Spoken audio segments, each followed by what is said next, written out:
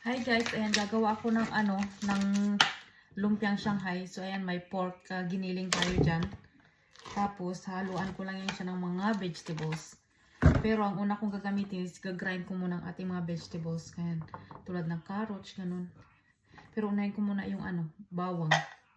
Ayan, bawang, tapos may spring onion. And then sibuyas.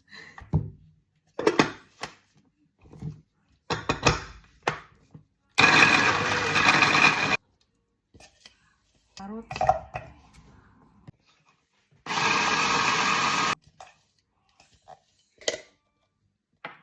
Ayan guys, nalagay na natin lahat ng ng vegetables. So andyan yung pork, pork giniling sa ilalim. So ang susunod kong gawin is lalagyan ko siya ng 4 na egg. Ayan guys, lagyan ko siya ng 4 na egg.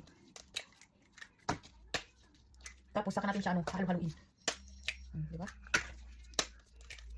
Tapos mga pampalasa. Ayan. Pepper. Ayan. Salt. Pasarap. Ayan, haluin na natin. Gustong-gusto ko siya hinahalo ng sa kamay. Kasi nga para mahalo siya ng mabuti. Oh, diba? Ganyan yan. Tapos pagka natapos ko to haluin guys, ang gagawin ko, iluluto ko siya. Like ipa-fry ko ba bago ko siya babalutin. Ganon.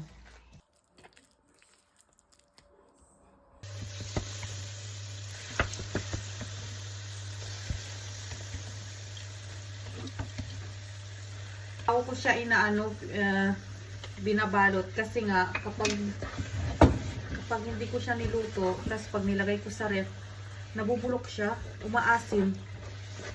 So pag ganitong niluluto ko, tapos kapag may natira, nilalagay ko sa sa ref or sa freezer, hindi siya umaasim. Kaya kailangan ewan ko bakit. Parang hindi yata ako marunong magluto ng lumpiang Shanghai.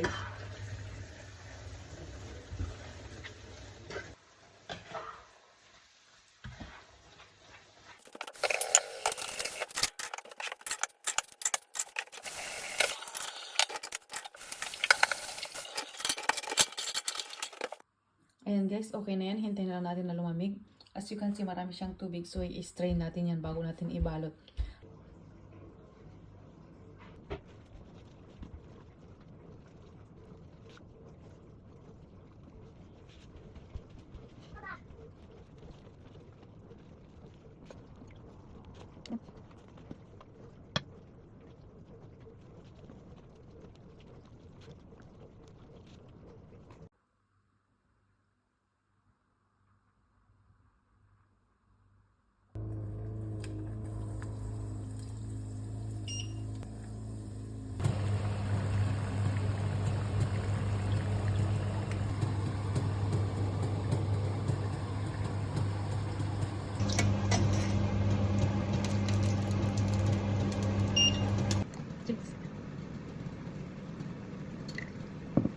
Tikiman na! Tadan! mm.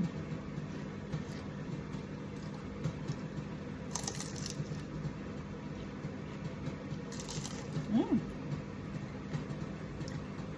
Ang sarap at saka ang bango ng amoy ng celery. Okay guys, yan lang. Bye. Thanks for watching. Tambok ko na